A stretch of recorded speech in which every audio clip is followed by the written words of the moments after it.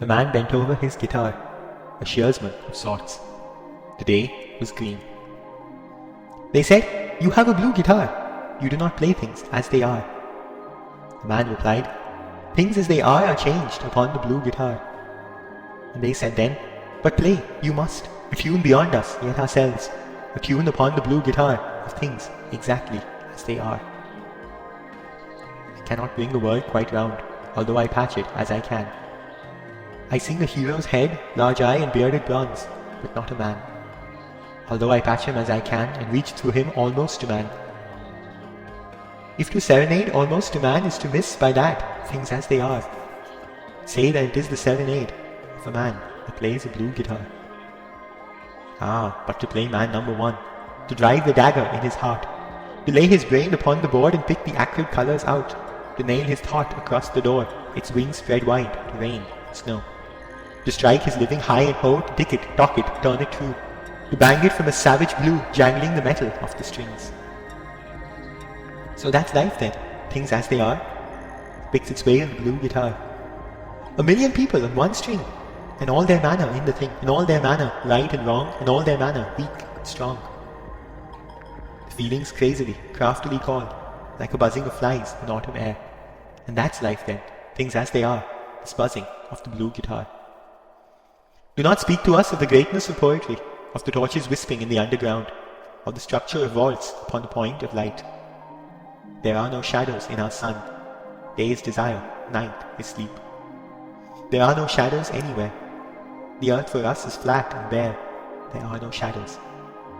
Poetry, exceeding music, must take the place of empty heaven and its hymns. Ourselves in poetry must take their place, even in the chattering of your guitar. A tune beyond us as we are, yet nothing changed by the blue guitar.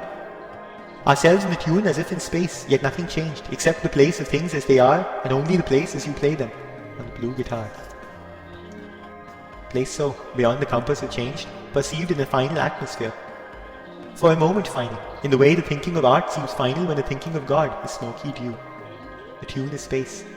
The blue guitar becomes the place of things as they are, the composing of senses of the guitar. Romans, countrymen, lovers, hear me for my cause, and be silent that you may hear.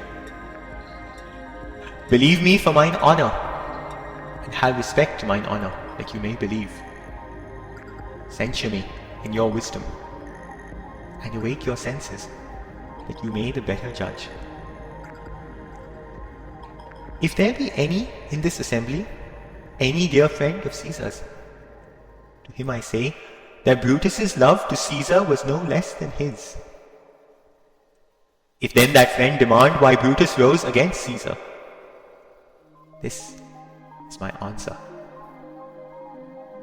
Not that I loved Caesar less, that I loved Rome more.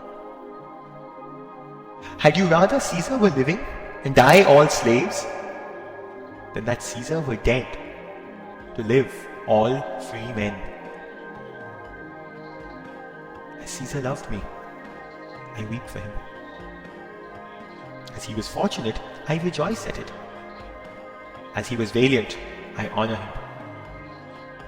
But as he was ambitious, I slew him.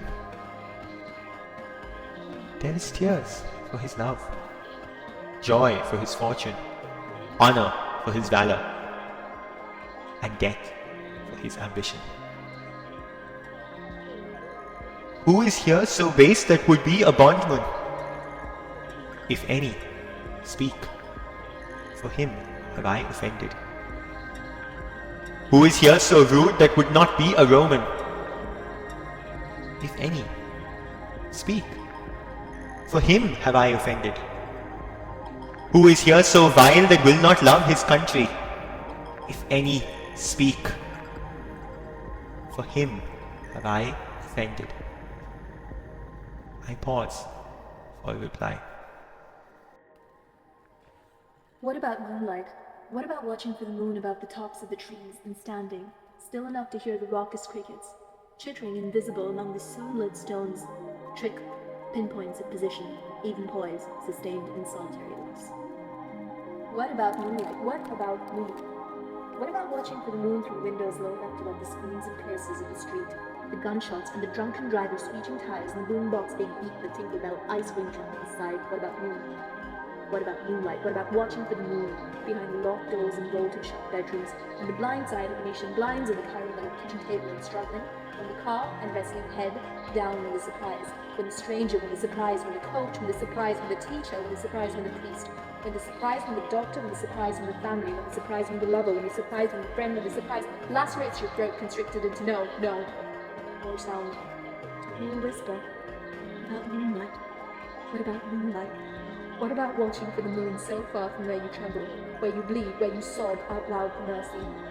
A thunderbolt of shame and retribution where you plead with gods, with devils, with the creatures in between to push the power key and set you free from filth and blasphemy, from everything you never wanted to feel or see, to set you free so you could brush your teeth and comb your hair and you throw on a jacket. Maybe not. You running, curious and so excited, and running into the night, asking, what about moon? What about